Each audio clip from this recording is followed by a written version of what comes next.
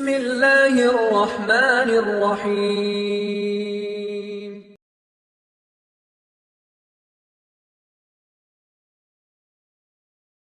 கவலை கவலை என்ற ஒரு போர்ஷனை குர்ஆன்ல கிடையாது தெரியுமா? இப்னு கையிம் ரஹிமஹுல்லாஹ் சொல்கிறார்கள், அல்லாஹ் குர்ஆனில் கவலையை 2 இடங்களில் தான் பயன்படுத்துகிறான். வேற எந்த இடத்திலையும் கவலைங்கிறத பத்தி அல்லாஹ் பேசவே இல்லை. ஒன்று அல்லாஹ் அதை தடுக்கிறான், இன்னொன்று அல்லாஹ் கவலை இல்லாமல் வாழ்வார்கள் என்று சொல்லுகிறான். இந்த 2 இடத்துல தான் கவலைங்கிற வார்த்தை அல்லாஹ் பிரயோகனம் பயன்படுத்தினான். அல்லாஹ் வலா தஹினு வலா தஹ்சனு, நீங்கள் பயம் கொள்ளாதீர்கள், கவலை கொள்ளாதீர்கள் என்று அல்லாஹ் தடுக்கிறான். இன்னொன்று அலா இன்ன அவுலியா அல்லாஹி லா ஹவுஃபுன் அலைஹிம் வலா ஹும் யஹ்ஸனூன், அவர்கள் கவலை அடைய மாட்டார்கள் என்று அல்லாஹ் கூறுகிறான். ஏன் அல்லாஹ் கூறுகிறான்? கவலை ஷைத்தானுக்கு மிக விருப்பமானது. இப்னு கையிமுடைய வார்த்தைகள் ரஹிமஹுல்லாஹ். கவலை யாருக்கு விருப்பமானது? ஷைத்தானுக்கு விருப்பமானது. ஏன்? ஒரு முஃமினை அல்லாஹ்விடமிருந்து தடுப்பதற்கு இது மிக உதவியாக அவனுக்கு இருக்கும். அவனுடைய ஒட்டுமொத்த பாதையை விட்டும் அவனை தடுத்து விடும் இந்த கவலை. அதனால்தான் அல்லாஹ்வுடைய தூதர் இந்த கவலையை விட்டு ஸல்லல்லாஹு அலைஹி வஸல்லம் பாதுகாப்பை தேடினார்கள். அல்லாஹும்ம இன்னி அஊது பிக மினல் ஹம்மி வல் ஹஸன், யா அல்லாஹ் கவலையிலிருந்து என்னை பாதுகாத்து விடு என்று கேட்டார்கள். மேலும் சொல்கிறார்கள், கவலை மனதை பலகீனமாக்கி விடும். கவலை அவனிடத்தில் இருக்கக்கூடிய தைரியத்தையும் நோக்கத்தையும் அழித்து விடும். அதனால்தான் ஷைத்தானுக்கு மிக விருப்பமானதாக, முஃமின்களுடைய செயல்களில் ஷைத்தானுக்கு மிக விருப்பமானதாக கவலை இருக்கிறது. அதனால் கவலை கொள்ளாதே, அல்லாஹ்வின் மீது நல்லெண்ணம் கொள், அல்லாஹ்வின் மீது நம்பிக்கை கொள், மகிழ்ச்சியோடும் பொருத்தத்தோடும் இந்த பூமியில் வாழ். இப்னு கையிம் ரஹிமஹுல்லாஹ் மேலும் சொல்கிறார்கள், உன்னுடைய சந்தோஷத்தை, வரக்கூடிய சந்தோஷத்தை கவலையால் அழித்து விடாதே, கவலையால் அழித்து விடாதே. நேற்று நடந்ததை நினைத்து இன்றைய நாளையும் அழித்து விடாதே, நேற்று நடந்ததை நினைத்து இன்றைய நாளையும் அழித்து விடாதே. இந்த பூமியில் உனக்கு கிடைக்காத ஒன்று நேரம். காசு போயிடுச்சுன்னா திருப்பி வாங்கிடலாம், பணம் போயிடுச்சுன்னா திருப்பி வாங்கிடலாம், நோய் இருந்தா சுகத்தை காட்டிடலாம். ஆனால் இந்த ஒரு நிமிஷம் போச்சு, திருப்பி எடுக்க முடியுமா உங்களால? முடியாது. எவ்வளவு கோடி கொடுத்தாலும், என்ன டெக்னாலஜி நீ பயன்படுத்தினாலும் இந்த சுண்டுல இந்த நிமிடத்தை கொண்டு வர முடியாது. அதனால் நேற்றை நினைத்து இன்றைய உன்னை அழித்து விடாதே. எப்படி அல்லாஹ் உனக்கு, சுப்ஹானல்லாஹ், என்ன அறிவுரைகள் பாருங்கள், எப்படி அல்லாஹ் உனக்கு நீ கேட்காத பொழுது உனக்கு எல்லாவற்றையும் கொடுத்தானோ, அது போன்று தேவை இருக்கும் பொழுது அல்லாஹ் உனக்கு ஒன்றை கொடுக்கவில்லை என்றால் அதில் நன்மை இருக்கிறது என்று நினைத்துக்கொள். நீ கேட்காத பொழுது எல்லாவற்றையும் கொடுத்தான். நீ போய் இந்த கம்பெனில வேலை கிடைக்கணும்னு கேட்கல, உனக்கு நீ போய் எனக்கு இவ்வளவு சம்பாத்தியம் வேணியா அல்லான்னு கேட்கல, நீ போய் எனக்கு இந்த குடும்பத்தை துபாயில வச்சு வாழணும்னு கேட்கல, நீ போய் இந்த மனைவியை திருமணம் முடிக்கணும்னு கேட்கல, உனக்கு இப்படி குழந்தை வரணும்னு சொல்லி நீ கேட்கல. எல்லாத்தையும் யார் கொடுத்தா? அல்லாஹ் கொடுத்தான். இப்போ கொடுத்தவன் அவன். கொடுக்காத பொழுது ஒன்றை பொருந்திக்கொள், அவன் உனக்கு கொடுக்கவில்லை என்றால் அது உன்னிடத்தில் நன்மைதான் என்று. சுப்ஹானல்லாஹ். அல்லாஹ்வுடைய தூதர் அதை அழகிய வார்த்தையில் தன்னுடைய தோழருக்கு கற்றுக் கொடுத்தார்கள். என்னவென்று? லா தஹ்சன் இன்னல்லாஹ மஅனா, கவலை கொள்ளாதே அபூபக்கரே, அல்லாஹ் எம்மோடு இருக்கிறான். எப்போது சொன்னார்கள்? எப்போது சொன்னார்கள்? அல்லாஹ் என்னோடு இருக்கிறான் என்ற நம்பிக்கை எப்போது வந்தது அவர்களுக்கு? இன்னைக்கு நமக்கு 4000 திர்ஹம் சம்பளம் குறைஞ்சு போச்சுன்னா அந்த நம்பிக்கை வரல நமக்கு. ஒரு சுகம் ஆய் நோய் வந்துருச்சுன்னா அந்த நம்பிக்கை வரல நமக்கு. அல்லாஹ்வுடைய தூதர் எப்போ வந்துச்சு? 50 வாள்கள் மேலே உயர்த்தப்பட்டு இருக்கிறது. அல்லாஹ்வுடைய தூதரை குனிந்தால் எம்மை பார்த்து விடுவார்கள். அந்த 50 வாள்கள் சுற்றி இருக்கும் பொழுது தூதர் சொன்னார்கள், லா தஹ்சன் லா தஹஃப் என்று சொல்லவில்லை, நீ பயப்படாதே அபூபக்கர் என்று சொல்லவில்லை. லா தஹ்சன், ஏன் கவலை உனக்கு? நீ முஃமின், உன்னோடு யார் இருக்கிறார் அபூபக்கரே? இன்னல்லாஹ மஅனா, எங்களோடு அல்லாஹ் இருக்கிறான். அப்படி என்றால் என்ன கவலை? அல்லாஹ் நாடாமல் உனக்கு ஏதாவது நடக்குமா இந்த பூமியில? உன்னை புரிஞ்சுக்குங்க. அல்லாஹ் நாடல ஒரு செயலை, அல்லாஹ் உங்களுக்கு இது வரணும்னு நாடல. இந்த உலகத்தில் உள்ள மனிதர்கள், ஜின்கள் என எல்லோரும் முயற்சி செய்தாலும் கொண்டு வர முடியுமா? அதை முடியுமா? படைத்த இறைவன் நாடவில்லை என்றால் எதையும் இந்த பூமியில உங்களுக்கு கொண்டு வர முடியாது. முடியாது இல்லையா? ஆனால் அல்லாஹ் நாடியதை யாராவது தடுக்க முடியுமா? முடியுமா? உங்களுக்கு இந்த போஸ்டிங் இந்த கம்பெனில கிடைக்கணும்னு சொல்லி அல்லாஹ் நாடிட்டான். இது யாராவது தடுக்க முடியுமா?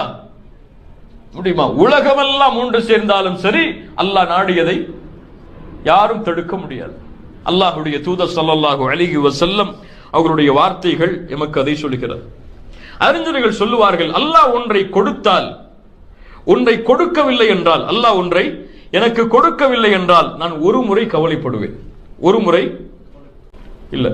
அல்லாஹ் ரப்புல் ஆலமீன் ஒன்றை கொடுத்தால் நான் ஒரு முறை சந்தோஷப்படுவேன். ஒரு முறை சந்தோஷப்படுவேன். அல்லாஹ் எனக்கு ஒன்றை கொடுக்கவில்லை என்றால் நான் 10 முறை சந்தோஷப்படுவேன். ஏன்?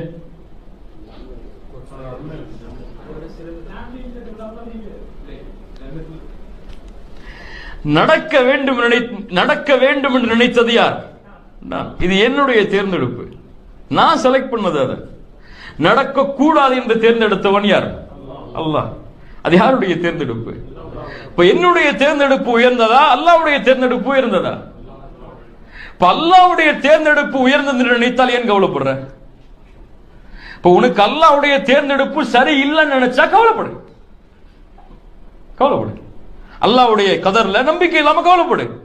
ஆனால் அல்லாஹ் உனக்கு தேர்ந்தெடுத்தது மகிழ்ச்சி தான். அல்லாஹ் எனக்கு தேர்ந்தெடுத்தது சரிதான். அல்லாஹ் எனக்கு எதையும் தவறாக தேர்ந்தெடுக்க மாட்டான். படைத்த இறைவன் ஒருபோதும் என்னை கைவிட மாட்டான் என்று நினைத்தால் கவலைப்படக்கூடாது. கவலைப்படக்கூடாது.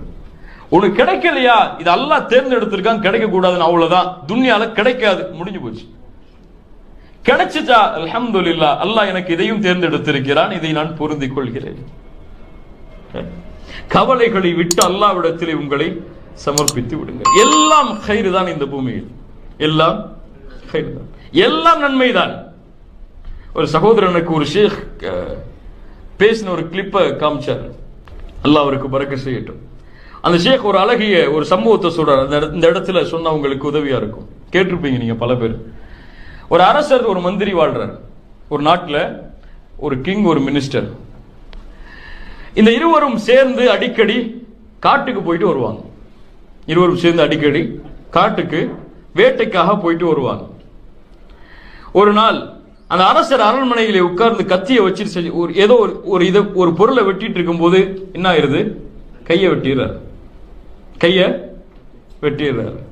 கை கீழே விழுந்துருது. அந்த மந்திரி அல்லாஹ் மேல ரொம்ப நம்பிக்கையுடையவர், கதர் மேல அல்லாஹ் அதிகமான நம்பிக்கையுடைய அந்த மந்திரி சொல்றாரு, ஹைர் அல்ஹம்துலில்லாஹ், நன்மைதான், அல்லாஹ்வுக்கே எல்லா புகழும். அரசன் கேட்கிறாரு, என் மந்திரி கை வெட்டுப்பட்டு போச்சு, நீ என்ன சொல்ற? நன்மைதான், அல்லாஹ்வை புகழ்கிறாய், தூக்கி ஜெயில போடுங்கன்றார். எனக்கு கை வெட்டுப்பட்டு போனது நன்மையா? தூக்கி ஜெயில போடுங்கன்றார். சரி, காட்டுக்கு போகணுமே, மந்திரி கூட இல்லை, அதனால தனியா தன்னுடைய வாகனத்தை எடுத்துட்டு காட்டுக்கு போறாரு அந்த அரசர். போகும்போது அந்த காட்டுவாசிகள் எல்லாம் அவரை சிறை பிடிச்சிடறாங்க. தனியா வந்திருக்காருன்னு சொல்லி சிறை பிடிச்சு எம்முடைய சிலைகளுக்கு இவர் அறுத்து பலியிட்டோம்னு சொல்லி முடிவு பண்றாங்க. சிலைகளுக்கு அறுத்து பலியிடுவோம் சொல்லி முடிவு பண்றாங்க. பொதுவாகவே கடவுளுக்கு அறுத்து பலியிட வேண்டும் என்று விரும்புவர்கள் எந்த மதத்தில் வேணாலும் இருக்கலாம். என்ன செய்வாங்க? குறைபாடு இருக்கான்னு பார்ப்பாங்க. இவருக்கு பார்க்கறாங்க, என்ன இல்ல, கை வெட்டப்பட்டிருக்கு. குறைபாடு உடையவர் இவரை வந்து சிலைக்கு கூட பலியிட முடியாதுன்னு சொல்லி திருப்பி அனுப்பிடுறாங்க. போயிட்டு வான்றாங்க. அவருக்கு அப்பதான் புரியுது எது மந்திரி சொன்னது ஹைர் அல்ஹம்துலில்லாஹ் என்ன. உடனே அந்த மந்திரியை கூப்பிடுறாரு, சிறை தண்டனையில இருந்து வெளியே வாங்கன்னு சொல்லிடுறாரு. என்ன பாதுகாத்துட்ட நீ, அல்ஹம்துலில்லாஹ். சரி, எனக்கு ஹைர் அல்ஹம்துலில்லாஹ்னு சொன்ன, ஜெயில போடும்போது ஹைர் அல்ஹம்துலில்லாஹ்னு உனக்கு ஏன் சொன்ன? என்ன சொன்னார் சார்? நான் உங்களோட வேட்டைக்கு வந்திருந்தா என்ன செஞ்சிருப்பாங்க? அவங்க குறை இல்லாத என்ன பிடிச்சு போட்டிருப்பாங்க. அந்த சந்தர்ப்பத்தை பயன்படுத்தி அல்லாஹ் என்ன எங்க அனுப்பிட்டான்? அல்ஹம்துலில்லாஹ், அல்லாஹ் நாடியது உங்களுக்கு கை வெட்டப்பட்டது, அல்லாஹ் நாடியது. ஒரு நிகழ்வை உணர்த்துவதற்காக வரக்கூடிய சம்பவம். ஆனால் இதுதான் அல்லாஹ்வுடைய தீனில். வஅஸா அன் தக்ரஹு ஷைஅன் வஹுவ கைருல் லக்கும். ஒன்றை வெறுப்பீர்கள், அதுதான் நன்மையாக இருக்கும். ஒன்றை விரும்புவீர்கள், அதுதான் உங்களுக்கு தீமையாக இருக்கும். ஏன்? வல்லாஹு யஅலம் வ அன்தும் லா தஅலமுன். அவ்வளவுதான், முடிச்சறான் அல்லாஹ். இத மனசுல பதிய வச்சுக்க. வல்லாஹு யஅலம் வ அன்தும் லா தஅலமுன். அல்லாஹ்வுக்கு தான் தெரியும், உனக்கு தெரியாது. உனக்கு எது வேணும் வேணாம், உனக்கு எது கொடுத்தா நல்லது எது கொடுத்தா நல்லது இல்லை அப்படின்னு அல்லாஹ்வுக்கு தெரியும். 3000 திர்ஹம் தான் சம்பளம் கொடுத்தாதான் நீ வாழ முடியும் அப்படின்னு அல்லாஹ் முடிவு பண்ணிட்டான்னா அது உனக்கு ஹைர். அதிகமா கொடுத்தா அல்லாஹ் மறந்துட்டு போயிடும்னு அர்த்தம். அல்லாஹ் எனக்கு இதை கொடுத்து ஈமானோட வாழ வச்சிருக்கான், அல்ஹம்துலில்லாஹ், அது போதும். அதிகம் அல்லாஹ் கொடுத்தானா சோதிக்கிறான், அல்லாஹ்வுடைய பாதையில கொடுக்கிறானா இல்லையான்னு சொல்லி. அல்ஹம்துலில்லாஹ், அதையும் நான் செய்கிறேன். ஒரு முஃமின் எதை பற்றியும் கவலைப்பட வேண்டிய அவசியமே கிடையாது. ஆனா இன்னைக்கு எல்லாத்துக்கும் கவலைப்படுறோம், எல்லாத்துக்கும் கவலைப்படுறோம். தொட்டதுக்கெல்லாம் கவலைப்படுறோம். மேனேஜர் திட்டா கவலைப்படுறோம், மனைவி கோவிச்சுட்டா கவலைப்படுறோம், அல்லது கணவன்மார்கள் திட்டா கோவிச்சுட்டா மனைவிமார்கள் கவலைப்பட்டு உட்கார்ந்துருக்காங்க. பிள்ளைங்க வாப்பா திட்டா வாப்பா ஏசிட்டா கவலைப்படுறாங்க, அல்லது தந்தை இழந்துட்டா கணவன் இழந்துட்டா, அது தன்னுடைய வாழ்க்கையில் ஏதாவது நோய் நொடிகள் வந்து விட்டால் ஒரு முஃமின் கவலைப்படுறான். ஒரு முஃமின் நல்ல அமல்கள் செய்தால் அவனுக்கு வாழ்க்கையில் கவலையே வராதுங்க. முதல்ல இதை புரிஞ்சுங்க.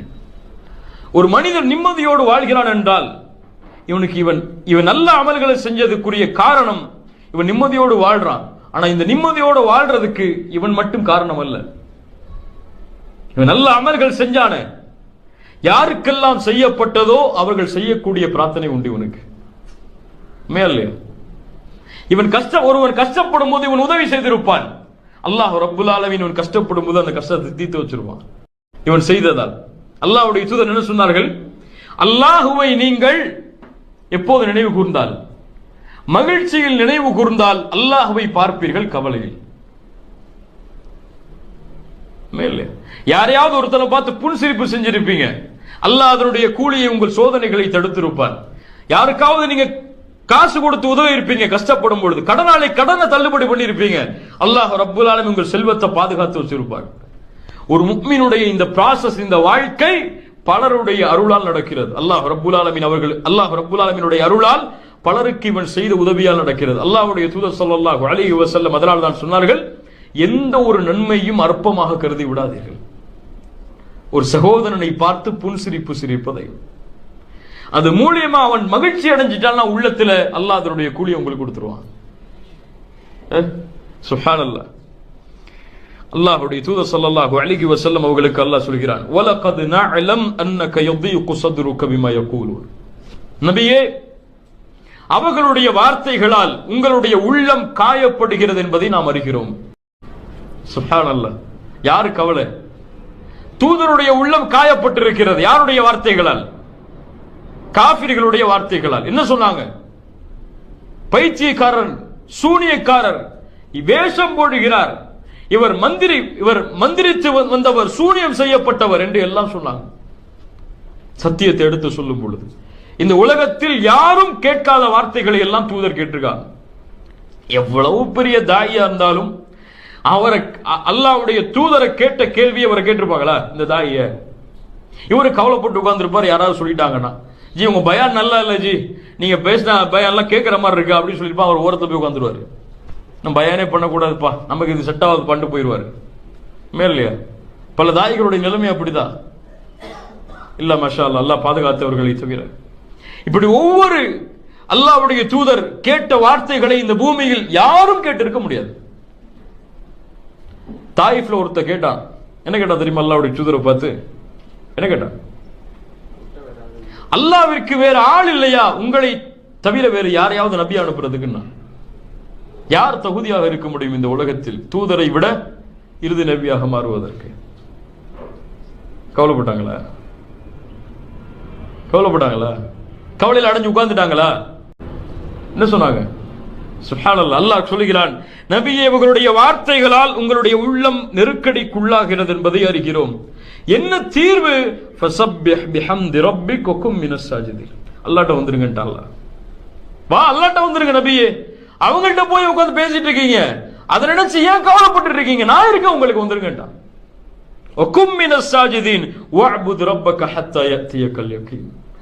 தூதரும் இதைத்தான் தீர்வாக தங்களுடைய பிள்ளைகளுக்கும் நபித்தோழர்களுக்கும் அறிவித்துக் கொடுத்தார். ஃபாத்திமா ரலியல்லாஹு அன்ஹா மிகப்பெரிய பெண்மணி, ஈமானுடைய கற்பை பாதுகாத்த பெண்களில் அல்லாஹ்வுடைய தூதர் வரிசைப்படுத்திய முஃமின்களுடைய தரத்தில் உயர்ந்த தரம் அடைந்த பெண்மணி. அல்லாஹ்வுடைய தூதருடைய மகள், ஹபீபுடைய மகள். நம்ம பிள்ளைங்கள்லாம் அன்னைக்கு எப்படி பார்த்துக்கிறோம்? நம்ம பெண் பிள்ளைகள்லாம் கல்யாணம் பண்ணி போகும்போது கையில கை விரல் கூட தெரியாத அளவுக்கு நகையை போட்டு அனுப்புறோம், முடியாது இல்லையா? அதான் அவங்களுக்கு சந்தோஷமா இருக்கு. அவனுக்கு பிடிச்ச கணவனா, பிடிச்ச வாழ்க்கை கிடைச்சிருக்கா, பிடிச்ச குடும்பத்துல வாழ்வாரா, ஈமானோட வாழ்வாரா, அதை பத்தி எல்லாம் கவலை கிடையாது.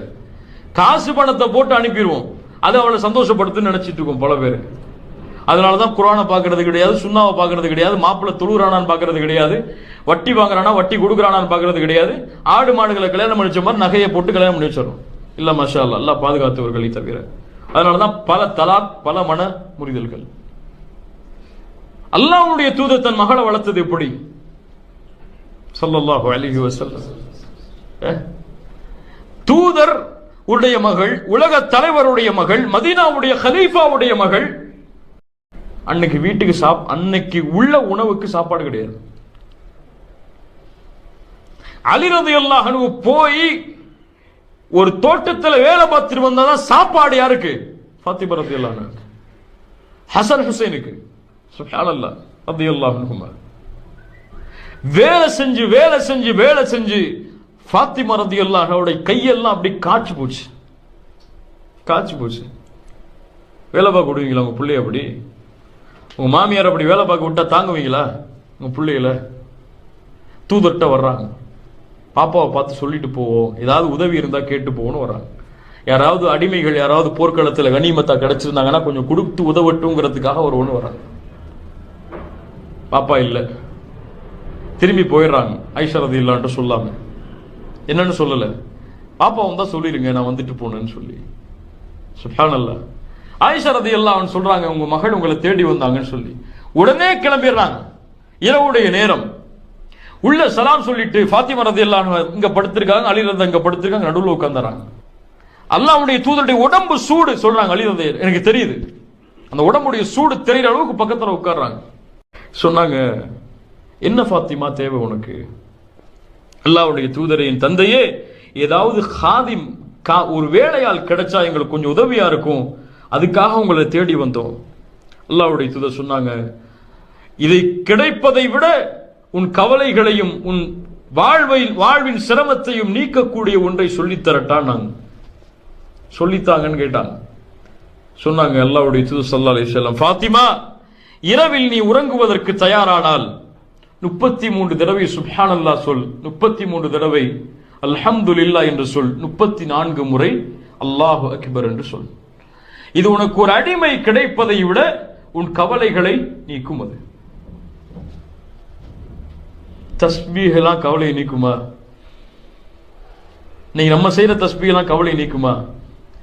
சுப்ஹானல்லாஹ் அல்ஹம்துலில்லாஹ் அல்லாஹ் அக்பர், கொஞ்சம் டீ கொண்டு வாமா, அல்லாஹ் அக்பர் அல்லாஹ் அக்பர், எப்படி இருக்கீங்க, நல்லா இருக்கீங்களா?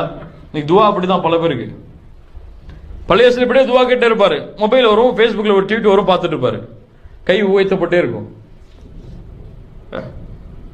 சுப்ஹானல்லாஹ். அல்லாஹ்வுடைய தூதர் கற்றுக் கொடுத்தார்கள் எதை? அல்லாஹ் தனக்கு எதை கற்றுக் கொடுத்தானோ அதை. சிரமம் என்று வரும் பொழுது, கஷ்டம் என்று வரும் பொழுது யாரை சார்? உலகத்துடைய பொருட்களை சாராது. அது கிடைச்சா சந்தோஷம் கிடைச்சிடும், இது கிடைச்சா சந்தோஷம் கிடைச்சிடும், 5000 கூட கிடைச்சா சந்தோஷம் கிடைச்சிடும் சொல்லி கவலையில உட்கார்ந்து இருக்காத. உனக்கு எது நல்லது எது கெட்டதுன்னு யாருக்கு தெரியும்? அவனுக்கு தெரியும், அவன்கிட்ட கொண்டு போயிரு. இதான் தீர்வு. நீயா உன்னை கற்பனை பண்ணாத, அது இருந்தா நல்லா இருந்திருக்குமே, இது இருந்தா நல்லா இருந்திருக்குமே, அது கிடைச்சா நல்லா இருந்திருக்குமே, அப்படி காசு கிடைச்சா நல்லா இருந்திருக்குமே, அந்த போஸ்ட் கிடைச்சா நல்லா இருந்திருக்குமே, அந்த கான்ட்ராக்ட் கிடைச்சா நல்லா இருந்திருக்குமே சொல்லி இனி கற்பனை பண்ணாத. உனக்கு கிடைக்க கூடாதுன்னு முடிவு பண்ணது யார்? அல்லாஹ். கிடைக்கல, அவ்வளவுதான். உலகமே ஒன்னு சொன்னாலும் கிடைக்காது. இப்போ உனக்கு கிடைக்க கூடாதுங்கிற கவலை போகணுமா? அவன்கிட்ட போயிரு. அல்லாஹ்வுடைய மார்க்கம் சொல்லக்கூடிய தீர்வு. இப்ப கவலைகள் சோதனைகளால் ஒரு மனிதனுக்கு வருகிறது. இந்த சோதனைகளை கொண்டு அல்லாஹ் புடம் போடுகிறான். யார் உண்மையாளர், யார் பொய்யர். இரண்டாவது, கவலைகள் ஒரு மனிதனுக்கு வருவதற்கு முக்கியமான காரணம் இந்த ரெண்டு தான். எது? ஒரு மனுஷன் ஏன் கவலை வருது? அவனுக்கு ஒன்றை இழக்கிறான் என்றால் இந்த பூமியில் ஒரு காரணம் உண்டு. ஒன்னு சோதனைகளா இருக்கலாம், அது புடம் போடுறதுக்காக. இன்னொரு காரணம் இருக்கு, அதுவும் அல்லாஹ்விடத்தில் இவனை கொண்டு போறதுக்கு தான் அல்லாஹ் உருவாக்குறான். ஏன் உன்னை இழக்கிறான் ஒரு மனுஷன் சொன்னா இந்த காரணத்தால தான் இழக்கிறான். யோசிச்சு பாருங்க. ஒன்னு தடைபட்டு போகுதுன்னா ஒரு காரணம் இருக்கு. வஹரல் ஃபஸாது ஃபில் பர்ரி வல் பஹர் பிமா கஸபத் ஐதின் நாஸ். பூமியிலும் கடலிலும் குழப்பங்கள் பரவுகிறது. ஏன்? மனிதன் சம்பாதித்த காரணத்தால். ஏன் அல்லாஹ் அந்த குழப்பத்தை அவனுக்கு பரவ விடுகிறான்? அவன் சம்பாதித்ததை அவனுக்கு சுவைக்க கொடுத்து, வேதனையாக சோதனையாக அவனுக்கு கொடுத்து, அதை தடுத்து, எதுக்காக? என்னை விட்டு தூரமாயிருங்கிறதுக்காக இல்ல, லஅல்லஹும் யர்ஜிஊன். இதை இழந்தா என்ன நோக்கி இவன் வரட்டும், கேட்கட்டும் மறுபடியும் என்கிட்ட. எதை இழந்தானோ அது நன்மை செஞ்சு என்ன மறுபடியும் கேட்கட்டும். அதுக்காக இதை அல்லாஹ் கொடுக்கிறான். ஒரு நன்மை உங்களிடத்திலிருந்து விலகுகிறது என்றால் முதல்ல சோதனை. நன்மையிலே இருக்கீங்க, பொறுமையா இருக்கீங்க, ஆனால் இழந்து விட்டீர்கள் என்றால் அல்ஹம்துலில்லாஹ் சோதனையாக இருக்கலாம். ஏதோ அல்லாஹ் உங்களை சோதிக்கிறான், நேசிக்கிறான், சோதிக்கிறான். ஆனால் நீங்கள் பாவம் செய்து கொண்டிருக்கிறீர்கள், சோதனை எல்லை மீறுகிறது என்றால் காரணம் சோதனை அல்ல. உங்கள் அல்லாஹ் சோதிக்கணும் அவசியமே கிடையாது. நீங்க அல்லாஹ்வை நேசிக்கல, அப்படிதானே? நேசிக்காதவர்களை அல்லாஹ் வேதனை செய்கிறான், சோதனை செய்கிறான் என்றால் என்ன அர்த்தம்? என் சோதனைக்கும் என் வேதனைக்கும் காரணம் செய்கிற பாவங்கள். இதுதான் ஒட்டுமொத்த உலகத்துடைய பிரச்சனைக்கும் காரணம்.